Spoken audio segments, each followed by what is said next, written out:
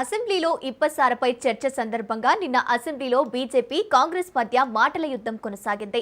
ఇప్పసారకు మాజీ ప్రధాని ఇందిరాగాంధీ పేరు పెట్టొద్దని తాను అసెంబ్లీలో అన్నానని ఎమ్మెల్యే రాకేష్ రెడ్డి అన్నారు. ఒకవేళ వారు మాజీ ప్రధాని పేరు పెట్టుకుంటే పెట్టుకోవచ్చన్నారు. ఆల్ఫ్రాడ్ జోలం కల్తీ కల్లుతో సంబంధం ఉన్నవారు ఈ ఇష్యూను డైవర్ట్ చేయడానికి ప్రయత్నిస్తున్నారని ఆయన ఆరోపించారు. కరీంనగర్ మంత్రులు పొన్నం ప్రభాకర్, శ్రీధర్ బాబులకు జీవన్ రెడ్డి షాక్ తగిలినట్టు ఉందని అంటున్న ఎమ్మెల్యే రాకేష్ రెడ్డితో మా ప్రతినిధి రాజు ఫేస్ టు ఫేస్. నిన్న అసెంబ్లీలో ఇటు బీజేపీ ఎమ్మెల్యే పైడి రాకేష్ రెడ్డి వర్సెస్ మంత్రులుగా ఏ విధంగా కొనసాగిందో మాటల యుద్ధం మనం చూసాము. అసలు ఎందుకు అట్లాంటి కామెంట్ చేయవలసి వచ్చిందో, ఆ కామెంట్లో అసలు ప్రభుత్వానికి ఉన్నటువంటి అభ్యంతరాలు ఏంటి, అసలు ఆయన వర్షన్ ఏమిటి, అంటే బీజేపీ ఎమ్మెల్యే చెప్తున్నటువంటి వర్షన్ ఏమిటి మనం తెలుసుకునే ప్రయత్నం చేద్దాం. సార్ చెప్పండి, నిన్న ఇందిరాగాంధీ పేరు ఇప్పసారకు పెట్టొద్దు అని మీరు చెప్పినంత మాత్రాన సో ప్రభుత్వం ఎందుకు అట్లా రియాక్ట్ అయిందని మీరు అనుకుంటున్నారు? మీరు మాట్లాడిందని ఏమైనా తప్పుందా? నాకేం తెలుసు, పెట్టొద్దని నేను అన్నాను. వాళ్ళు పెట్టాలనుకున్నారేమో. అన్నిటికీ పెడుతున్నారు, చీరలకు పెడుతున్నారు. చివరికి అన్నపూర్ణ పేరు అది కొన్ని ఎప్పటి నుంచో మన హిందువులకు ఆరాధ్యమైన పేరు. అది అన్నపూర్ణ అంటే ఒక అన్నం పెట్టే తల్లి అని. ఆ పేరు కూడా మార్చారు.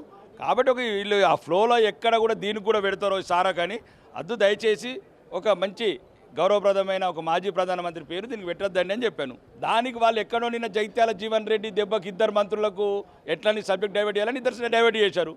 జగిత్యాల జీవన్ అంటున్నాడు కదా, ఈరోజు నిజమైన కాంగ్రెస్ లేదు, అంత అవినీతి పట్ల కాంగ్రెస్ ఉన్నది, కాంగ్రెసే కాదు నేను పోరాటం చేస్తే ఇళ్ళ మీద అంటున్నాడు.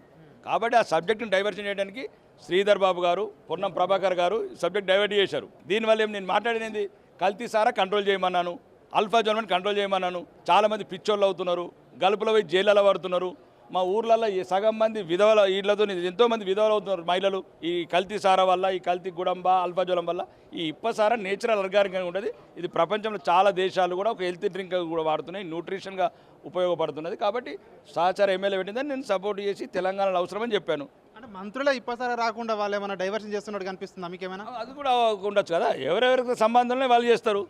మీరు తిన ఇప్పుడు ఇన్ని లక్షల కోట్లు అన్ని లక్షల కోట్లు అంటున్నారు కదా, కొన్ని పెట్టండి మాకు ఉత్తర తెలంగాణకు, ఆదిలాబాద్ గిరిజన బిడ్డలకు, నిజామాబాద్ సిరికొండ బిడ్డలకు, వరంగల్ గిరిజన బిడ్డలకు పెట్టండి. ఏంది ఆర్గానిక్, దానివల్ల ఏందో తాతలు ముత్తాతలు మంచిగా దాన్ని రోజు పులబడదాకా 100 సంవత్సరాలు బతికారు ఏ కల్తీ లేకుండా. వీళ్ళకి కల్తీ వ్యాపారులకు ఎక్కడ వీళ్ళకు డబ్బులు రావో అనే డైవర్షన్ చేయడానికి ప్రయత్నం చేశారు. అది వాళ్ళ అంతర్గత సమస్యలతో నిన్నది ఇద్దరు మంత్రులు. శ్రీధర్ బాబు గారు నిన్న ఫస్ట్ ఓటమి అది. ఎందుకంటే ఆయన 4 సార్లు ఆయన ఏదో అనుకుంటాడు కదా, అంబాసిడర్ అనుకుంటాడు, తెలంగాణ అంబాసిడర్ అనుకుంటాడు. కాబట్టి 4 సార్లు పోయిండు జగిత్యాలకు.